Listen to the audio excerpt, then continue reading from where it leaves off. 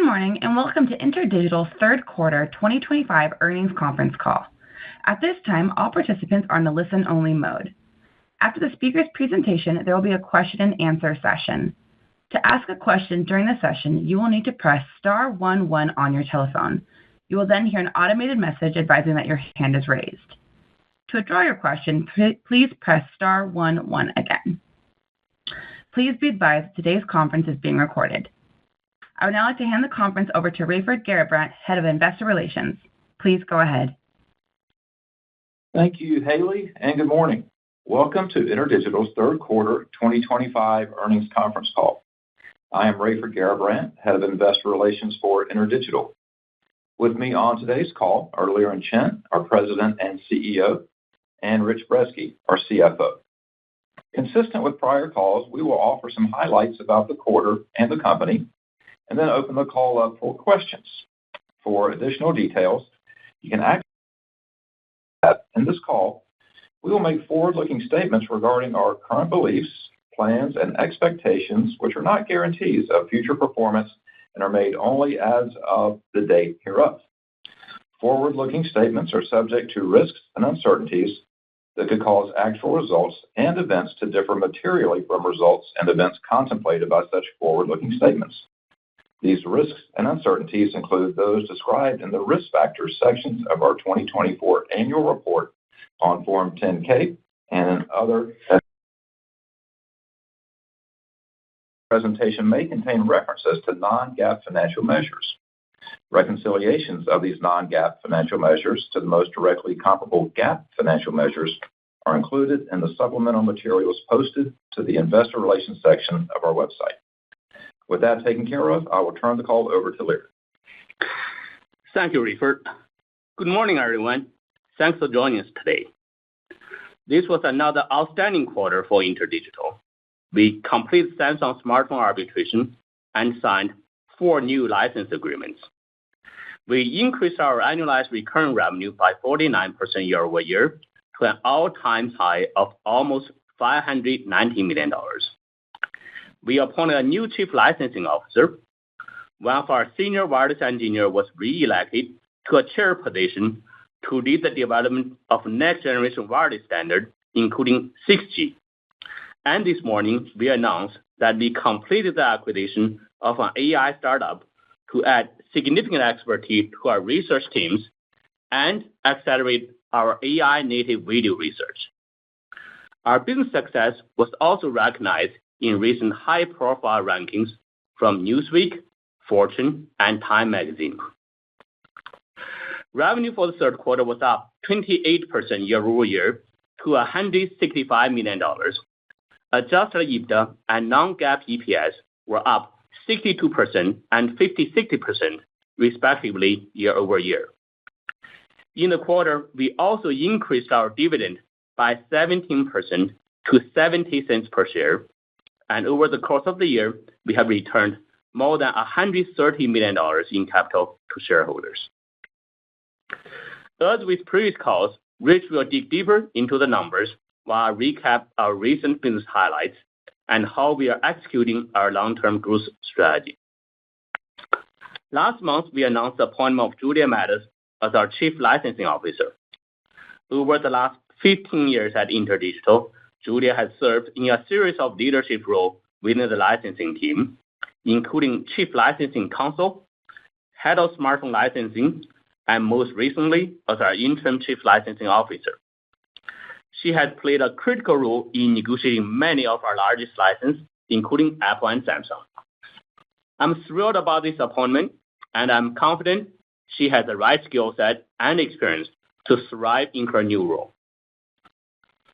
At the beginning of Q3, we announced that we have completed the Samsung smartphone arbitration, valued at more than $1 billion over 8 years.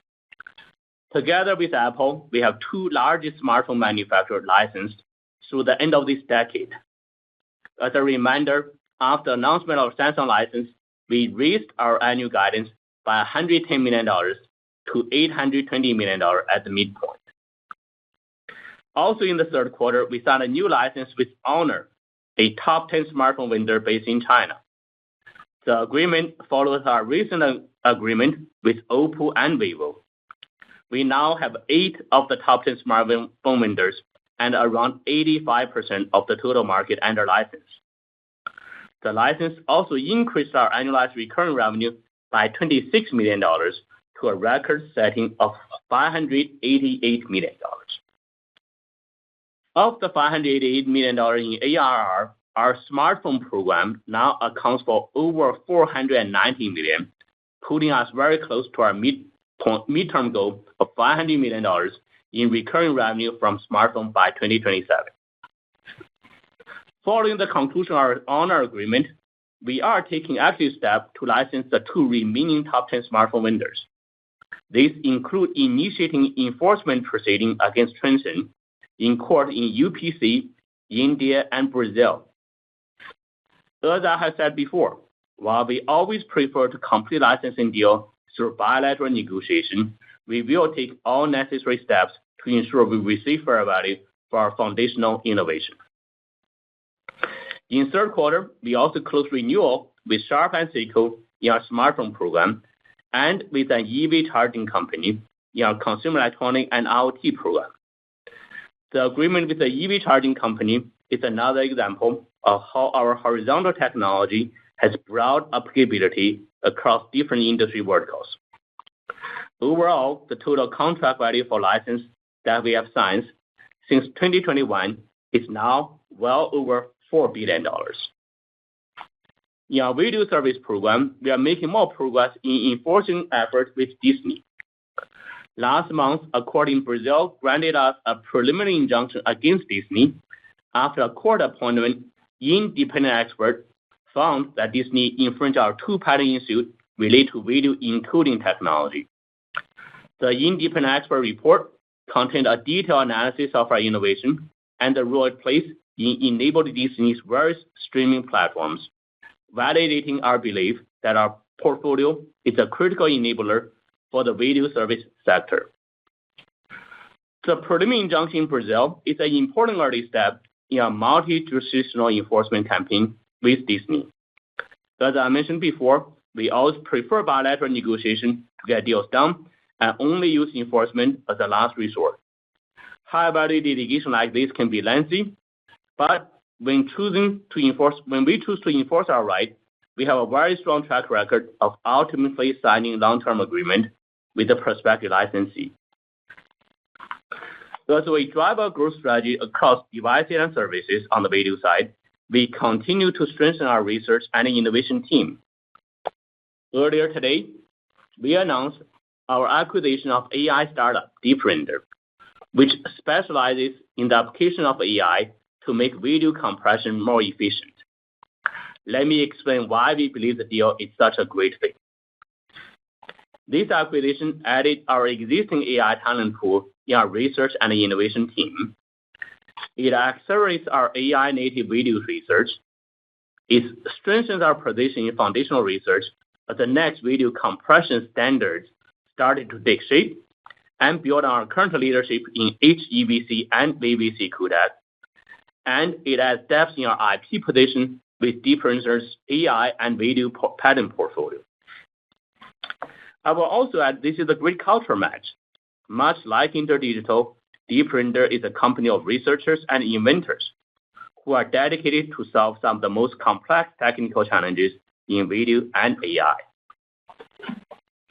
With the consumption of video booming across smartphones, consumer electronics, and video services, such as streaming, we believe that a video innovation will become an even more significant driver of our growth strategy. Staying with our research teams, in the third quarter, one of our senior wireless engineers were re-elected to lead a key engineering group within 3GPP, the organization which set cellular wireless standards.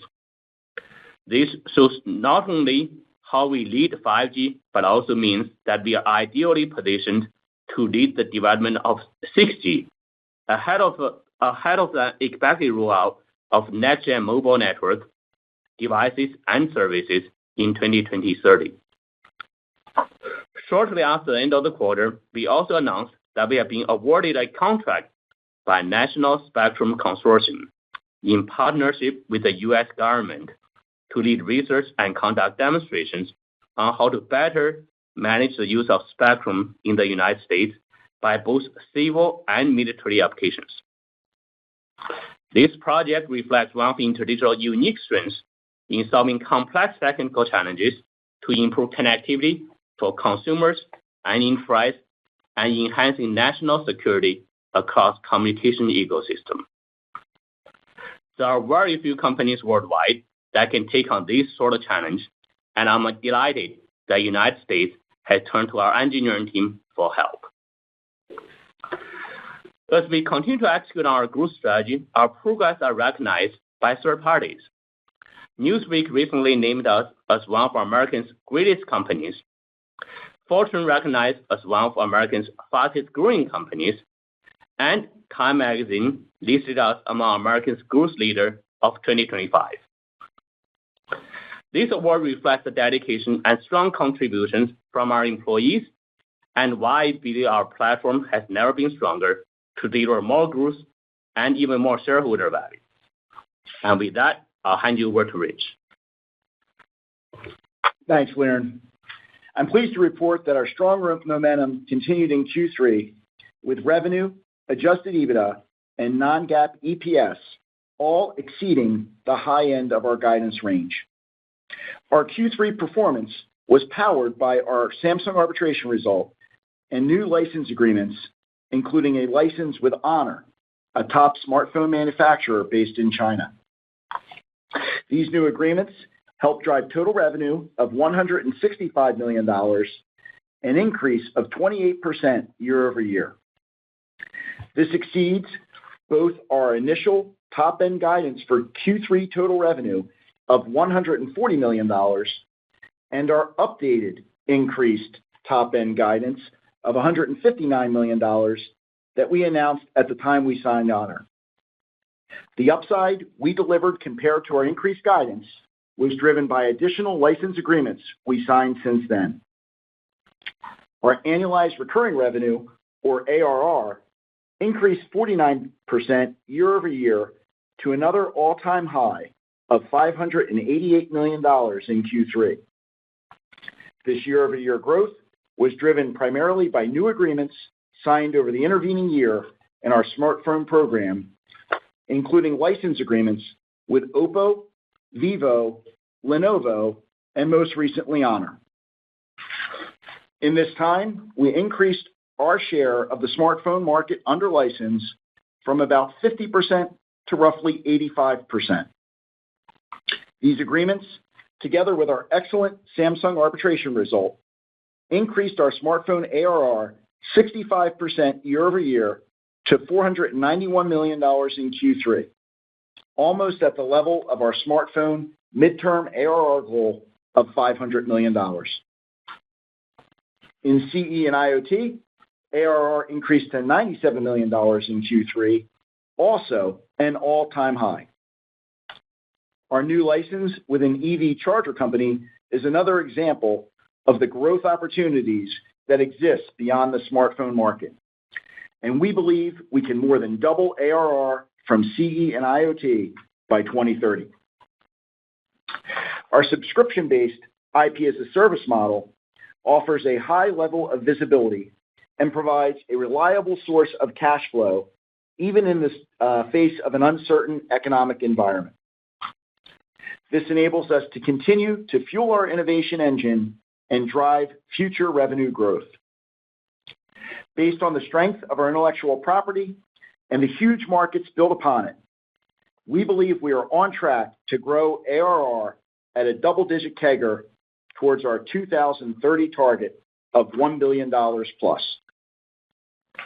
And it's important to remember that while ARR is a great metric to track the growth of our business, there is economic value above ARR alone. Over the last 10 years, we have recognized $1.5 billion of catch-up revenue.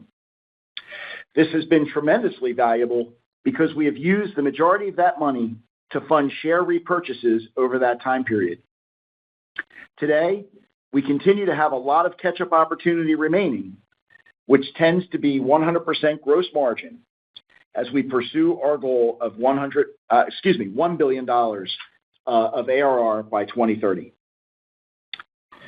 Our adjusted EBITDA for the quarter of $105 million increased 62% year-over-year and equates to an adjusted EBITDA margin of 64%, an increase of 14 points compared to 50% a year ago. The significant increase in adjusted EBITDA margin year-over-year demonstrates the leverage inherent in our model.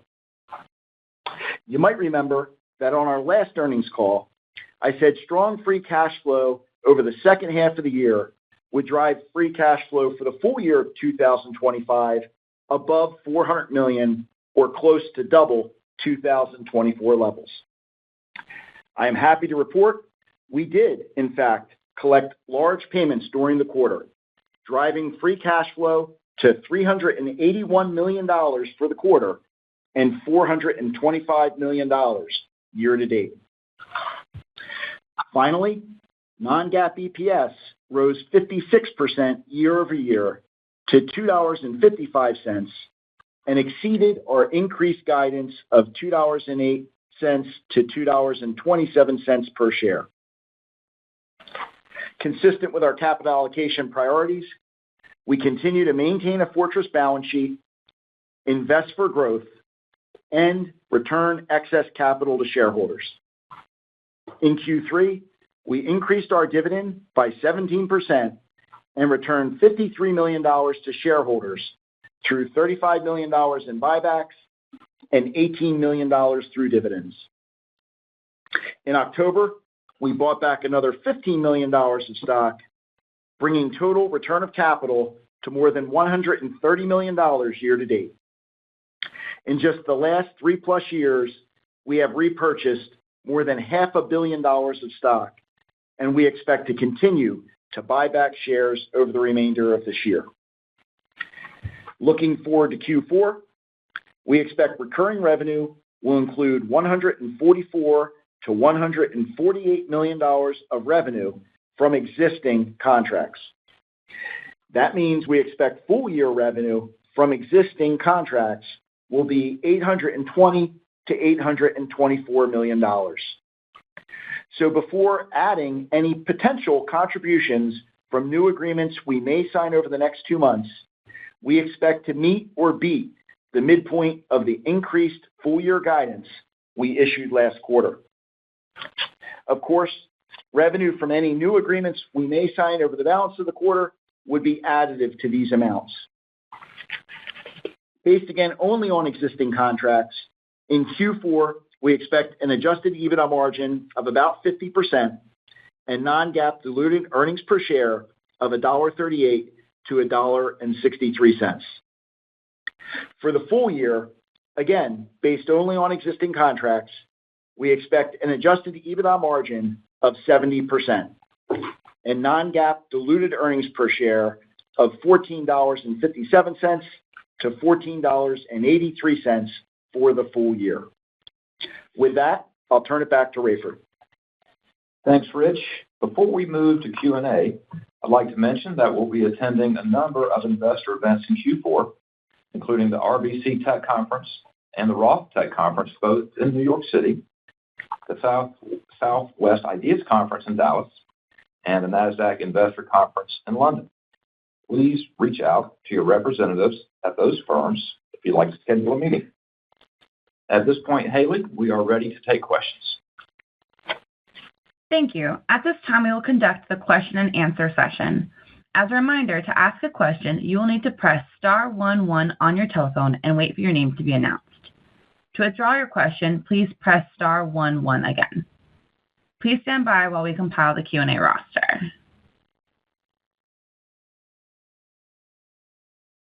Our first question comes from the line of Kevin Garrigan from Jefferies. Your line is now open. Yeah, hey, good morning, all, and congratulations on the strong results. Hey, I just wanted to drill in on the consumer IoT side. So just wondering if you can, walk us through your biggest prospects as we look to the rest of the year and into 2026. And your first agreement with an EV charging manufacturer, do you guys see the EV charging space being a significant contributor to ARR growth? Kevin, hey, this is Lauren. Good morning.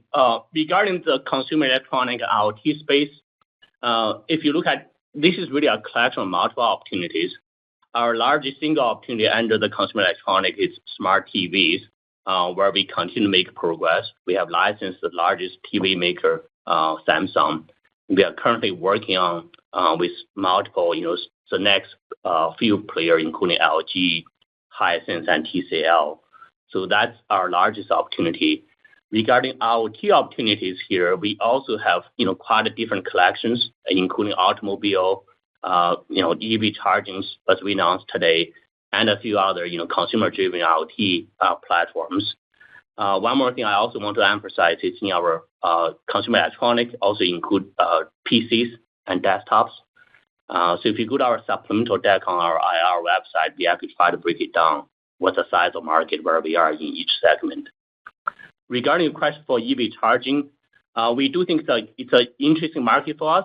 It's growing because some of the charging market is consumer driven, some of them is commercial driven, and they have different technology in there.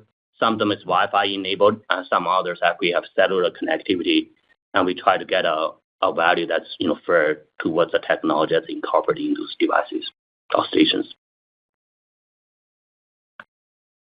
Got it. Okay, that makes sense. And then as a follow-up, can you just explain a little bit more on how you plan to integrate Deep Render with your own video codec technology? And not to give away any plans, but are there other companies out there that you're looking into to kind of complement your streaming business? Yeah. Hey, Kevin. Good question. This morning we announced the closing of Deep Render. Deep Render is a startup company. They are headquartered in London. And what they have been focusing on is this thing called native AI for video codec end-to-end. So it's really a more different way of solving the problem end-to-end by incorporating the AI function from bottom up. So we InterDigital has an AI team. We have been working on video space for, frankly, many, many years. And the native AI function is one of the areas we have been working on.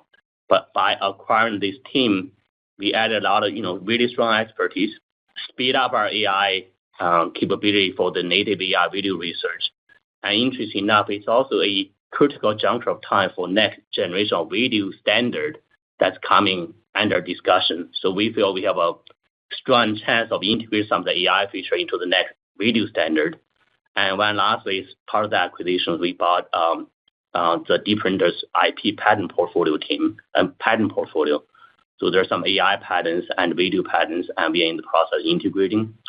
So it's a strategic acquisition, and we feel very good about it. Regarding other opportunity, we frankly have a very robust pipeline. We are looking at all kinds of different opportunities, and I have a dedicated team parsing through them. But I don't have anything else to report at this time. Yep, got it. Okay, great. I appreciate the color and congrats on the results. Thanks. Thank you. Our next question comes from the line of Scott Searle from Roth Capital. Your line is now open. Hey, good morning. Thanks for taking my questions. I apologize, Lauren, if this was covered earlier. Got on the call a little bit late. But in terms of the Disney injunction, I'm wondering if you could give us an update in terms of what next steps there are that we should be looking for as you go forward, and how this is impacting conversations and discussions with other streaming vendors. Yeah. Hey, good morning, Scott. So regarding Disney injunction, in my prepared remark, we received the injunction by the court in Brazil. The injunction was supported by third-party independent expert the court has appointed, which frankly support our position on all the important issues. The trial court issued the injunction, and Disney actually appealed the injunction. And then the appeal court restated the injunction. So the injunction is currently in effect. But the court has given Disney until end of November to comply, November 30th, if I remember right. So needless to say, we are watching, monitor the situation quite carefully, and I don't want to speculate on what Disney will do from there. But it's also worth noting that the Brazil PI injunction is just one step of a multi-jurisdictional enforcement we have been taking on. As we disclosed in the 10Q filing with a lot of details, we have multiple cases coming up for trial in Germany, in UPC, and in the United States. I'll be starting this month, starting October. So there's over a dozen patent cases that are going to trial between now and mid of next year. So needless to say, we feel good about what position we are in. And but in the meantime, we are always open for negotiations. Gotcha. And just to follow up on that, has that actually improved the dialogue with Disney or impacted any other conversations you're having with other streaming vendors? Yeah, Scott, I can't get into the discussions with specific vendor because mostly under NDA, but I can assure you that the industry is paying attention, and every progress we made with different enforcement, I do think is giving us a even stronger position in a lot of negotiations. Gotcha. Two more, and then I'll get back in the queue. Just in terms of a deeper ender, to dive down a little bit more, do you see this as helping with the existing streaming customers in terms of enhancing your product portfolio there and really being able to get monetization across the goal line? Or does this predominantly open up some other opportunities? There's a lot of edge AI that goes on, which sounds like some of the deep rendering patent portfolio would seem to cover. So I'm wondering, is it for existing core opportunities, or does this really expand the product breadth that you've got now within the video codec and streaming market? Yeah. Hey, Scott, for the deep render opportunity, they are currently in a stage of startup. So when we acquire them, they don't really have revenue or paying customers. However, we are super excited about the technology. The technology, as I explained earlier, was really based on this native AI end-to-end. We actually believe it's a new paradigm to solve the video delivery problem across internet. As you are aware, video is super important for many use cases. About 80% of internet traffic on every single day is driven by video.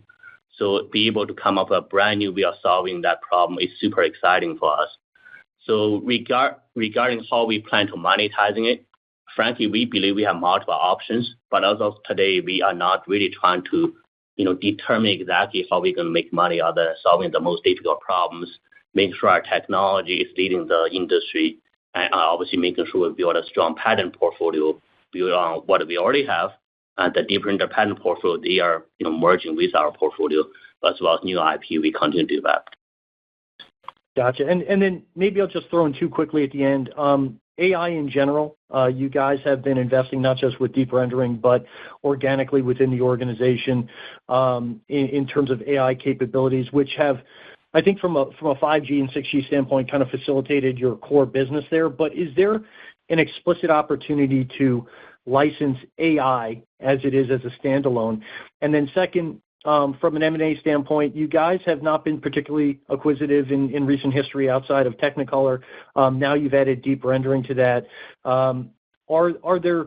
How aggressive are you thinking about the opportunities as you go forward over the next several years? It sounds like there's a pipeline of opportunities there, but is it really a stated goal to close some things as we look out over the next 2 to 3 years? Thanks. Yeah. Hey, thanks, Scott. Yeah, as you acknowledge, we have very deep depths in AI expertise. We have dedicated team been working in AI field for multiple decades. And our CTO, Rajesh Pankaj, is actually an industry recognized AI leader, spans wireless AI and video space. So our current main sort of leverage of AI technology to apply AI to solve foundational problems in wireless and video systems. As you are aware, upcoming 6G standard, the native AI built-in wireless is a key research area that we are leading. Regarding monetization strategy here, Scott, I really think there will be multiple opportunities for us to monetizing AI technology, but we have a very robust existing technology-driven, standard-driven IP licensing model. But I believe AI could give us new opportunity as we keep on driving the technology forward. Regarding the M&A pipeline here, as I referred a little bit earlier, we have a dedicated team internally, actually led by our Chief Growth Officer, Ken Kashkam. And we process a lot of opportunities. Some are bigger ones that's maybe driven by IP assets. Some others are driven by technology development, as we have done through the deep rendering. But our bar is very high, and with our recent business success, as Rich referred to here, we have a very strong balance sheet, and we believe it give us different opportunities we can pursue them. Great. Thanks so much. Thank you. Our next question comes from the line of Arjun Bhatia. Your line from William Blair. Your line is now open. Hi, thanks for taking the question. Linda Lee here on for Arjun. I wanted to ask, just to piggyback on the prior question regarding the acquisition, what other areas within the existing focus points of technology IPs are you looking forward to in adding additional fields through M&A? Yeah. Hi, Linda. Good morning. So regarding the M&A space here, we are frankly casting a fairly wide net. As you are aware, our three pillars of research is wireless, video, and artificial intelligence. And we continue to look at to see, do we have the industry-leading team? Do we have the key research in those areas that's driving things forward? But we frankly also look at the edges in the area. We are always sort of applying those opportunities with different criteria, right? We want to make sure we have critical mass that we can move the industry. We also like to see how we can build a competitive advantage over a long period of time. And then, frankly, with our increasing balance sheet and financial capability, we also try to look for bigger opportunities over time. That's helpful. And in terms of the Transsion litigation, you announced it today that you are officially going on a litigation. Can you just give us maybe any more color in terms of maybe timeline and additional kind of color in terms of that in general? Yes. So as I said in the prepared remark, we have frankly built a lot of momentum in the smartphone licensing program. We currently licensed 8 of the top 10 smartphone vendors already that essentially make up roughly 85% of the market. So Transsion is the largest unlicensed vendor as of today. They make roughly 100 million devices per year. And those devices tend to be lower end and selling to emerging market. So we have been negotiating with them for multiple years, and we feel we have made them multiple really fair offers. But so far, they have refused to take our offer. So we feel it's necessary for us to defend our position for IP, and frankly, equally important to set a level playing field with other customers who are paying us licensing fee, right? It's not fair that they got a free ride of our IP. So we have launched a multi-jurisdictional patent litigation against them. That's in UPC, that's in India and Brazil. Those are a significant market for them. It's hard to predict precisely timeline because some of the cases are frankly still being processed by a court. We don't have definite dates yet. But it's as always, during litigation, we always try to negotiate a patent licensing deal with the party involved. And even though the timing precisely is hard to predict, but given our history, we frankly have a very strong track record of, if we have to enforce our right, and we almost always end up with a bilateral agreement that's fair to both parties. Got it. Thank you. Thank you. At this time, I'm showing no further questions in the queue. I would now like to turn it back to Liren Chen for closing remarks. Thank you, Haley. Before we close, I'd really like to thank our employees for their dedication and contribution to InterDigital, as well as many partners and licensees for a very strong quarter. Thank you all for everyone who joined today's call, and we look forward to updating you on our progress next quarter. Thank you for your participation in today's conference. This does conclude the program. You may now disconnect.